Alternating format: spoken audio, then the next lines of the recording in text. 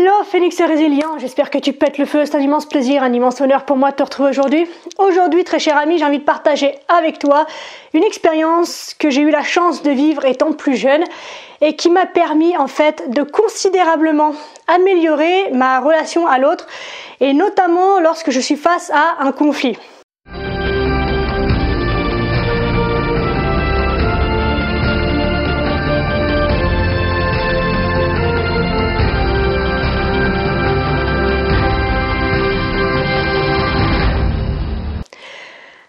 Cette expérience que j'ai vécue pendant plusieurs années, c'est le judo. Le judo, c'est un terrain qui m'a permis de pousser, mais également d'évacuer tellement de choses que je percevais comme négatives à l'époque. Et c'est vraiment un art issu en plus de la philosophie orientale à laquelle je suis particulièrement ouverte et connectée. J'adore ce mode de pensée en fait du Japon, de la Chine, de la Thaïlande, tout ça, tout ce mode un peu bouddhiste et très orienté sur l'humain, sur la solidarité, sur l'universalité, sur l'ensemble et sur l'harmonisation. Bref, j'adore. Et c'est vraiment une discipline à travers laquelle j'ai énormément appris. Alors en premier lieu, le maître que j'ai eu ma première année nous a enseigné ce qu'on appelle le code moral, issu du Bushido et qui est la voie, en gros, de la sagesse du samouraï. Et c'est quelque chose déjà qui m'a permis, personnellement et en tant qu'enfant, d'acquérir et de placer un cadre psychologique qui a littéralement explosé quelques années après, mais ceci dit, ça m'a donné une ligne de conduite, une ligne de pensée, une ligne de posture et d'attitude qui m'a permis en fait de m'en sortir et de rester stable et sereine au maximum au niveau de mes émotions, au niveau de ma posture, dans un univers que je trouverais particulièrement négatif pour moi. Et donc toutes ces valeurs distribuées par le judo, que sont la politesse, le courage, la sérénité, l'honneur, la modestie, le contrôle de soi et l'amitié. Donc autant de valeurs que j'ai intégrées dans mon quotidien, que j'ai intégrées dans mon comportement et qui m'ont permis d'accéder à une certaine forme de sérénité malgré toute la violence qui s'exerçait autour de moi et surtout de ne pas devenir folle et de demeurer au maximum quelqu'un que je pouvais considérer de bien. Mais c'est pas là que je voulais en venir. On parlait donc de relations. Comme je progressais très vite, en fait, mon maître m'a vite proposé de travailler avec les yeux bandés. Un exercice particulièrement intéressant. Alors évidemment, au début, c'était difficile pour moi. Alors j'étais super braquée, je restais campée sur mes positions, sur mes affirmations. Et il y a un moment donné où mon maître a été obligé de me dire de diversifier mes attaques ou en tout cas mes postures. J'ai donc pris sur moi d'apprendre à étudier l'ensemble des éléments pour adapter et diversifier mes approches. Et cette méthode d'enseignement a développé quelque chose de très particulier, à savoir la capacité de ressentir profondément l'autre dans ce qu'il est et non pas dans ce qu'il fait. Et c'est super important et c'est la notion que j'ai envie de partager avec toi aujourd'hui. Quand je parle de l'autre dans ce qu'il est et de le ressentir profondément, en fait, je parle par exemple de sensations que je pouvais percevoir du type son cœur qui accélérait par exemple contre mon poing quand je tenais ma garde, quand il avait peur, quand il savait que j'approchais, ou alors sa respiration qui d'un seul coup se coupait et puis accélérait au moment où lui entrait dans ma garde, ou alors simplement nos déplacements sur le tatami. Une fois qu'on a la notion de l'espace, de l'environnement, qu'on connaît notre environnement, le fait de se déplacer, de connaître nos limites et le terrain, en fait, c'est pas difficile. Et du coup, chaque valse que nous entamions, mon adversaire et moi, sur le tatami, était structurée dans ma tête, en tout cas, de la même manière. Et c'est là que je vais pouvoir faire le lien avec les relations conflictuelles. Donc, les yeux bandés, à l'aveugle, avec un environnement pas toujours clair, le rythme, le fractionnement, en fait, de cette valse, de cette danse, de cette ouverture était le suivant. C'est simplement donc être là, puis percevoir, écouter, accepter, s'adapter et agir. Je recommence pour toi. Percevoir, écouter, accepter, s'adapter et agir. Et à travers en fait ce que je te donne là dans ces termes, on retrouve la notion de nœud et de boucle relationnelle évoquée souvent en PNL, programmation neuro-linguistique. Alors qu'est-ce qu'un nœud relationnel? Un nœud relationnel, c'est un conflit dans lequel deux protagonistes ou plus, ou deux équipes, deux camps en tout cas, s'opposent sur une position. C'est-à-dire qu'il y en a un qui va dire oui et l'autre qui va dire non. Et ça cogne et chacun campe sur ses positions et il n'y a pas moyen d'obtenir une quelconque communication constructive. Et pourtant, c'est possible d'évoluer avec quelqu'un qui n'est pas d'accord avec soi. Alors généralement, quand on entre dans ce type de relation un peu conflictuelle, on va se baser sur 3 comportements qui vont structurer en fait ce conflit, qui sont l'affirmation, mais je te dis que si et je te dis que non, mais je te dis que j'ai raison et je te dis que tu as tort. Il y a aussi la généralisation, mais enfin, tout le monde sait ça. Oh mon pauvre, mais tu comprends rien. Mais enfin, c'est toujours la même chose avec toi. Ose me dire que tu ne connais pas ça. Et enfin, dernier point de structure d'une relation conflictuelle comme ça, c'est la posture de rejet.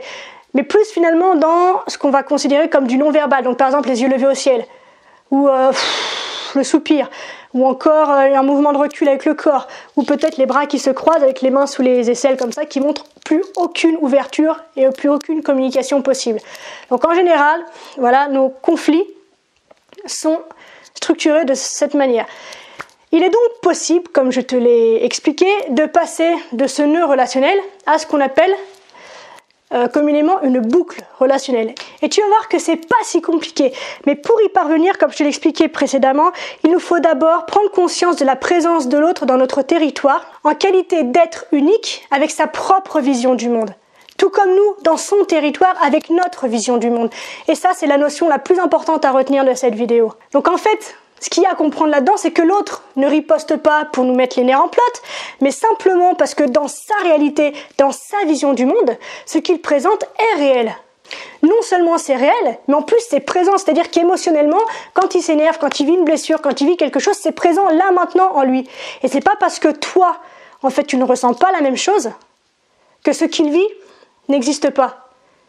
En clair et dans une phrase pour résumer tout ça, il n'est pas nécessaire que l'autre ait tort pour que tu aies raison.